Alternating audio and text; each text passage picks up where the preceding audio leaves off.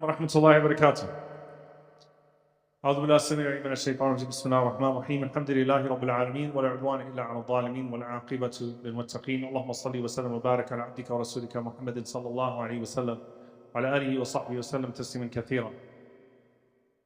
As the first of the last 10 nights بإذن ta'ala begins this Saturday, may Allah subhanahu wa ta'ala allow us to catch Laylatul Qadr. Everyone say Ameen. And since tomorrow, inshallah ta'ala, we're obviously going to be busy with the fundraiser, I wanted to take tonight to do a quick primer, inshallah ta'ala, as to how we can make the most of these last 10 nights. And hopefully within 10 minutes, inshallah ta'ala, just do a quick refresher as to 10 ways that we can make the most of the next 10 nights. May Allah subhanahu wa ta'ala allow us to catch Laylatul Qadr. Allahumma ameen. And so inshallah ta'ala, I'm just going to go through 10 tips, bi'idhnillah. Some of them are well known to you, some of them maybe have been an afterthought in the previous cycles of the last 10 nights. And we know, mashallah, we have so many people that are observing Ramadan with us for the very first time. And so I ask Allah subhanahu wa ta'ala to allow this to be of benefit to us in some way. The first tip, dear brothers and sisters, is to avoid the sins of the day. I think that this is one of the most underestimated elements of the last 10 nights. Throughout the year, لا تعصه بالنهار يوقظك بالليل. Do not disobey Allah subhanahu wa ta'ala during the day, He will wake you up at night. If you sin during the day, you shut the doors of the heavens for you at night. You might be entering into the night with a sin that has displeased Allah subhanahu wa ta'ala. This is throughout the year, so how about then with the last 10 nights of Ramadan and the potential of Laylatul Qadr? You don't want to be entering into Salatul Maghrib and you have the ghadab of Allah subhanahu wa ta'ala, the anger of Allah already upon you due to a sin that you committed during the day of Ramadan. So please, inshallah ta'ala, be very mindful, especially mindful of the sins that you commit during the day. So that's number one, avoid the sins of the day. Number two, avoid conversations at night. Avoid conversations at night. Now during the day, obviously you'll have to work, you'll have to socialize, you'll have to do things with family, whatever it may be. But at night, as Imam Ibn Qudamah rahimahullah mentions, that most of the ways that the blessing of Laylatul Qadr is lost is when people mix with one another too much during the night, and then it's only natural that at some point your tongue slips. It slips into some form of backbiting, a little bit of gossip, a little bit of a hint there. Dear brothers and sisters, if you haven't had your iftar parties yet, don't do them in the last 10 nights. And this is not the time to congregate and to hang out. MashaAllah, we enjoy seeing each other, we enjoy socializing. But in these last 10 nights, try to prioritize yourself. Try to prioritize your ibadah.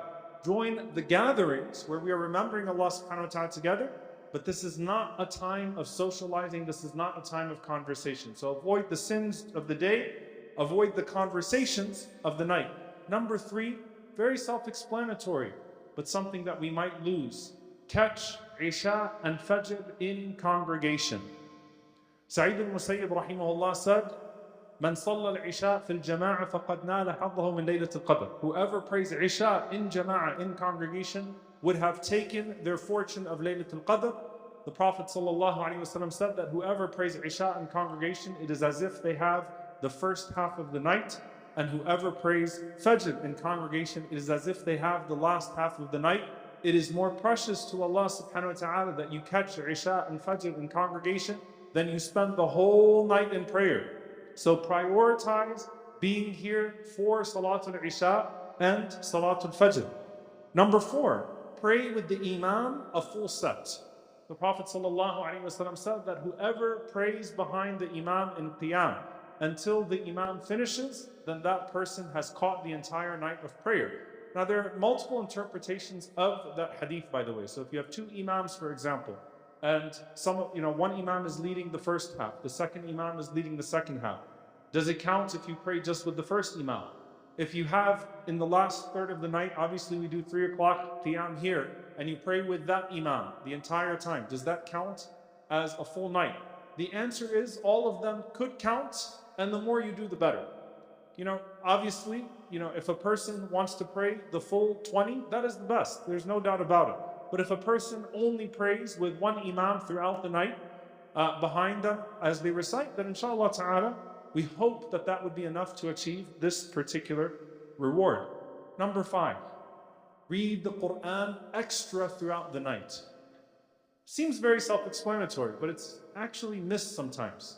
You know, Qatada rahimahullah, he used to finish the Quran every 3 days of Ramadan, but then he would do a khatma every night of the last 10 nights. And there's a general trend that you find amongst the Salaf, amongst the pious predecessors, that they increase their recitation of the Quran, their wird, in the last 10 nights specifically. So even if you're trying to finish a certain amount during the day, by the way, it is one of the most beautiful things that you surpass your Quran reading goal. So if you wanted to finish one khatam, for example, in Ramadan, and you're doing a juz a day, if you finish 1.5, that's better than 1. And it'll kickstart you, inshallah ta'ala, into Shawwal, so that maybe you have a khatam at the end of Shawwal as well. But read more Quran in the nights, in the last 10 nights, than you do during the rest of Ramadan, especially during the day of Ramadan. And subhanAllah, the very first word revealed to the Prophet ﷺ on this night was, Iqra, read. And surely in that is a sign that you honor the Quran with these nights. So try to increase your share of the Quran as you read. Don't diminish what you're reading in the day. Increase what you are reading in the night. Bi-idhnillahi ta'ala. Number 6. I did 5, right? Okay. Number 6. The dua of the Prophet ﷺ that he taught Aisha radiyallahu ta'ala anha. Allahumma innaka afuwan tuhibbul afwa fa'fu anni. Aisha radiallahu anha asked the Prophet ﷺ, if I find myself in Laylatul Qadr, what should I recite? The Prophet ﷺ said, say, Allahumma innaka afuwan tuhibbul afwa fa'fu anni. Oh Allah, you are the forgiver, you love to forgive, so forgive me. Read this dua throughout the night.